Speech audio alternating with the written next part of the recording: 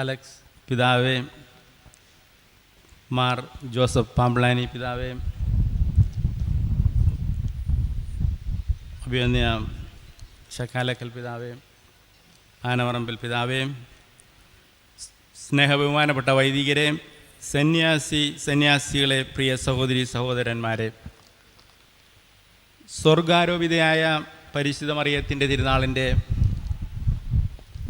അതോടൊപ്പം തന്നെ 78-ാം സ്വാതന്ത്ര്യദിനത്തിൻ്റെയും മംഗളങ്ങൾ നിങ്ങൾ ഓരോരുത്തർക്കും ഒരിക്കൽ കൂടി ഞാൻ ആശംസിക്കുകയാണ്.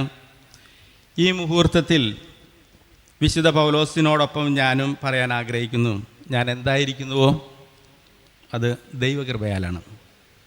ഒത്തിരി പേരുടെ പ്രാർത്ഥനാ സഹായം കൊണ്ടാണ് ഞാൻ ഇന്നിവിടെ ആയിരിക്കുന്നത് എന്നുള്ള ബോധ്യം എനിക്കുണ്ട്.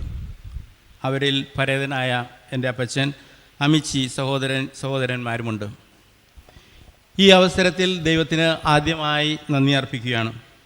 പരിശുദ്ധ പിതാവ് ഫ്രാൻസിസ് മാർപ്പാപ്പ ഇന്ന് എന്നിൽ അർപ്പിച്ചിരിക്കുന്ന വിശ്വസ്തതയ്ക്കനുസരിച്ച് കണ്ണൂർ രൂപത അധ്യക്ഷനോടൊപ്പം രൂപതയ്ക്ക് വേണ്ടി ഉണർന്നും ഉയർന്നും പ്രവർത്തിക്കാനായിട്ടുള്ള അനുഗ്രഹം സർവേശ്വരനോട് പ്രാർത്ഥിക്കുന്നു. അതോടൊപ്പം തന്നെ പരിശുദ്ധ പിതാവിനും വത്തിക്കാനിലെ സെക്രട്ടറി ഓഫ് സ്റ്റേറ്റിനും സുപ്പീരിയേഴ്സിനും ഞാൻ നന്ദിയും സ്നേഹവും അറിയിക്കുന്നു. കണ്ണൂർ രൂപതയുടെ നല്ല ഇടയനായ അലക്സ് പിതാവിൻ ഇരുകൈകളോടും കൂടിയാണ് എന്നെ ഇന്ന് സ്വീകരിച്ചത്. അതുപോലെ തന്നെ ബഹുമാനപ്പെട്ട അഭിവന്യരായിട്ടുള്ള പിതാക്കന്മാർ എല്ലാവരുടെയും നല്ല വാക്കുകൾക്ക് ഞാൻ സ്നേഹപൂർവ്വം നന്ദി അർപ്പിക്കുന്നു. വിവിധ രാജ്യങ്ങളിൽ വത്തിക്കാൻ കാര്യാലയത്തിൽ ജോലി ചെയ്തപ്പോഴെല്ലാം എല്ലാം ദൈവതിരഹിതം പോലെ നിറവേറട്ടെ എന്ന് പരിശുദ്ധ മറിയത്തിൻ്റെ എളിമ നിറഞ്ഞ മനോഭാവത്തോടുകൂടിയായിരുന്നു എൻ്റെ ജീവിതവും പ്രവർത്തനവും. കണ്ണൂർ രൂപതയിലേക്ക് ആദ്യമായിട്ട് ഇന്നിപ്പോൾ പറഞ്ഞു കേട്ട് സ്വർഗവും അതുപോലെ തന്നെ സ്വർണമൊക്കെ ഉള്ള ആ മണ്ണിലേക്ക് കടന്നു വരുമ്പോഴും എൻ്റെ പ്രാർത്ഥന, എളിയ പ്രാർത്ഥന, ദൈവത്തിൻ്റെ തിരുഹിതം മാർ ജോസഫ് പാമ്പ്ളാനി പിതാവ് പറഞ്ഞതുപോലെ തന്നെ ആയിരിക്കണമെന്നാണ് എൻ്റെയും പ്രാർത്ഥന.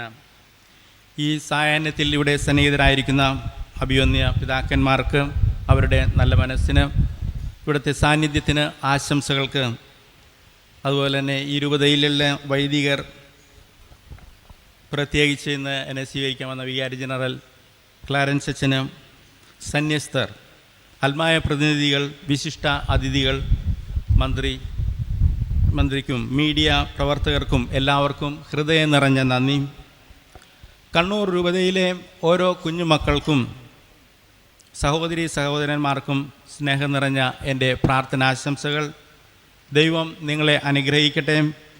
വയനാട്ടിലെ ഉരുൾപൊട്ടലിൽ ദുരിതമനുഭവിക്കുന്ന കുടുംബാംഗങ്ങളെ പ്രത്യേകമായി പ്രാർത്ഥനയിൽ ഓർമ്മിച്ചുകൊണ്ട് എൻ്റെ വാക്കുകൾ ഉപസംഹരിക്കുന്നു. നന്ദി, നമസ്കാരം.